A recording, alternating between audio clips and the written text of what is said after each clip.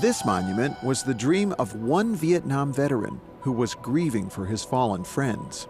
I was very affected by 12 guys who were killed in January of 1970, and I was with them. And they didn't really die for nothing, in one sense, because the tragedy of that, I think, helped create this memorial. Jan Scruggs had just graduated high school when he enlisted in the Army and shipped off to Vietnam. During his one-year tour of duty, half of his company was killed or wounded, including Jan himself.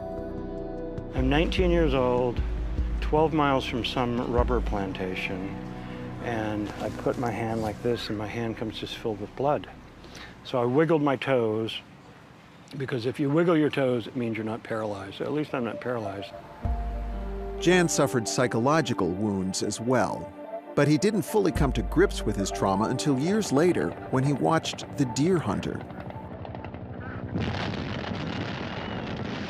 The movie brought back buried memories. When I saw the movie, all that came back to, 1970, where my 10, 12 buddies were all killed. The next morning, he awoke with a bold idea. So I called my boss up, and I said, look, I'm going to build a national memorial in the center of Washington, D.C. And, he said, well, we all need a mental health day from time to time.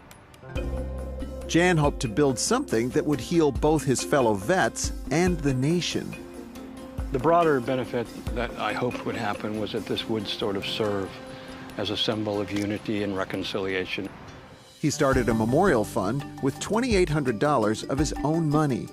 Within 3 years, he'd raised more than $8 million, and Congress designated a prime location on the National Mall. What were you thinking the monument would be? I think when I started this, I kind of thought it would be an obelisk. Jan left the actual design up to contestants in an international design competition. He only had one stipulation. You were very clear you wanted all the names, right? Every team of designers had to have a different way to show the names. After a blind review of nearly 1,500 entries, the jury's unanimous choice was a submission known only as number 1026. Its artist turned out to be a total unknown. Maya Lin was an undergraduate student at Yale. She was studying architecture, but she's not an architect, and she's not even out of college. She's a kid. Maya Lin's design broke with 2 centuries of tradition. American war monuments had typically been white, soaring, and triumphal. It's dark, it's black, it is completely abstract. It's a piece of abstract art. She puts it into the land. It doesn't tell you how to grieve. It doesn't tell you how to celebrate. All of that is open to interpretation. Lin's design was immediately condemned by veterans groups and members of Congress. Lurking behind much of it was race. Maya Lin is Asian. The memorial is to American soldiers who fell in Asia. And so this was more than most people could wrap their minds around. To appease critics, a more traditional statue was added, along with a flagpole. And the memorial was dedicated on November 13th, 1982. What was that day like for you? Tears, joy, hugs, veterans meeting each other. How do you top that? I maxed out at age 32. The memorial draws visitors down from street level toward a quiet, contemplative place as the wall rises above them. And it allows you to put yourself right up against it. A big memorial on a pedestal, you can't ever be a part of it. You're only looking up at it. You're not ever in it. In this one, you're in the memorial. The 58,000 names are not listed alphabetically, but in the order in which they died or disappeared.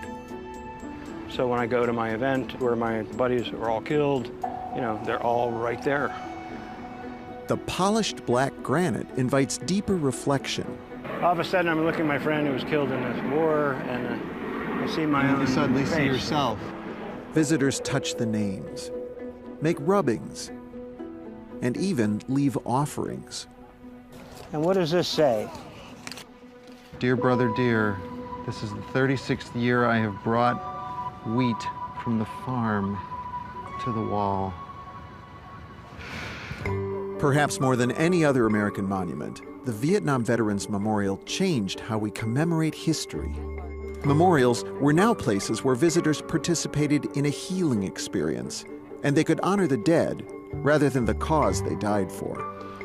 I think one thing it has done is that it has shown the people who serve the nation and who fight the nation's wars deserve respect. So, we separated the war from the warrior, so some good things have flowed from this.